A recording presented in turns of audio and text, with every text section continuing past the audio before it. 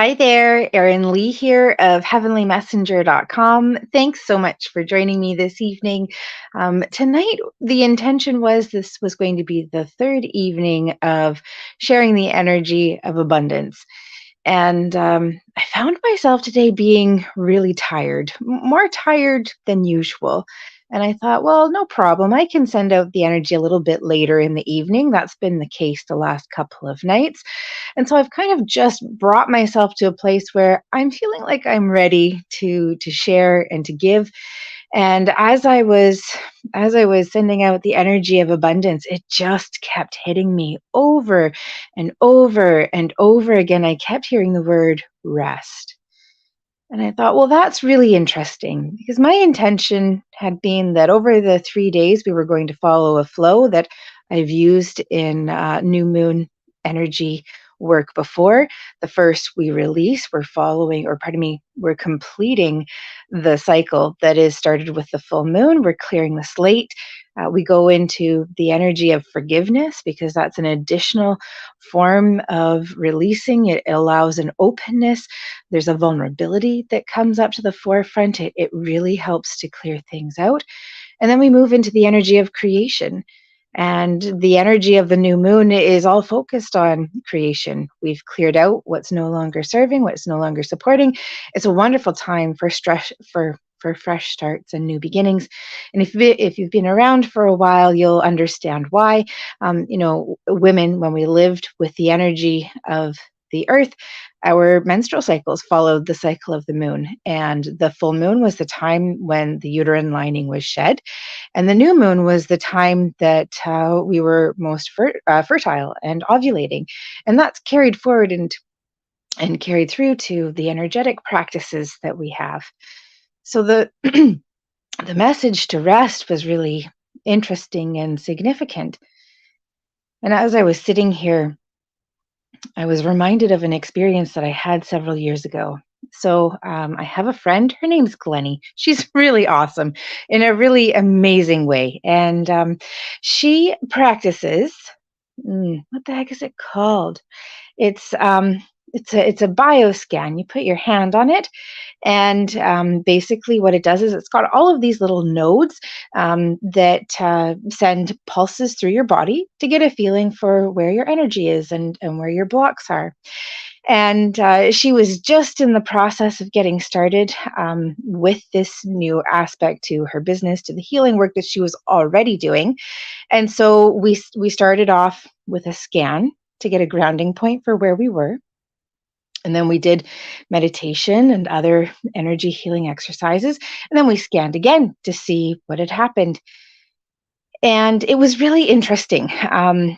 For me, my crown chakra was quite out of balance. So, as somebody who does the work that I do, psychic and angel card readings, and as somebody who is claircognizant, which means that I receive intuitive messages and information through thought and through knowing, my crown chakra is constantly active. This is the chakra, it's at the top of the head, and it's where a lot of information comes in. It's where a lot of thought is happening. And so, I just come from a day of readings. I thought, well, that certainly makes a lot of sense that this would be an area where I was depleted. And so my expectation was that after we went through the meditation and we did the exercises that we were going to be doing, that when we scanned again, that my crown chakra would have bumped up. It would have come back into balance. And so you could have knocked me over with a feather when we scanned again and found that I was actually even further depleted than before. And the awareness came that a big part of this was happening was because there's a need to rest. And so when the message came up this evening to rest, I took a moment and I thought, well, there's been a lot of really big, significant energy that we've been moving. The evening when we did releasing work was really big. Last night when we did the forgiveness work, that went so much deeper than I thought that of course, it makes sense to slow down, to take time for ourselves, to allow for space. We don't need to quickly rush to feel something, that sometimes we need a moment to appreciate the experience of being in a place of opportunity, of beginning. And as I'm speaking and sharing this with you, I think in on top of that, not only do we need that space, but this also creates opportunity for us to become clear about what we're wanting to invite into that space.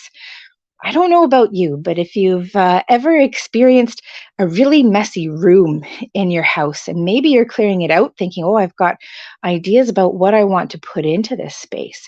But then once it's clear, the energy in the space in the room changes and you think, man, I don't know that I want to put anything back in here. Or what I'd planned before just doesn't feel right anymore.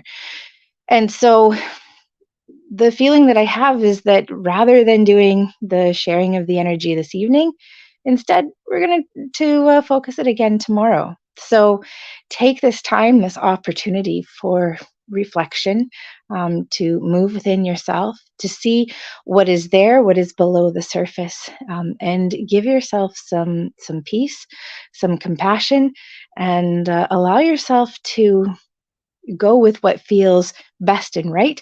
And in what I'm learning, maybe less of what you said you were going to do, because there are so many things that are pushing you to make change. So, thank you so much for joining me. I'm sending big hugs, lots of love and support your way. I'm looking forward to connecting with you again tomorrow night. I may have a visitor with me. I'm going to be cat sitting my neighbor's cat, Charlie. She's amazing. So, she may be joining us for tomorrow night's energy healing. I'm sending big hugs, lots of love and support your way, and we'll see you tomorrow.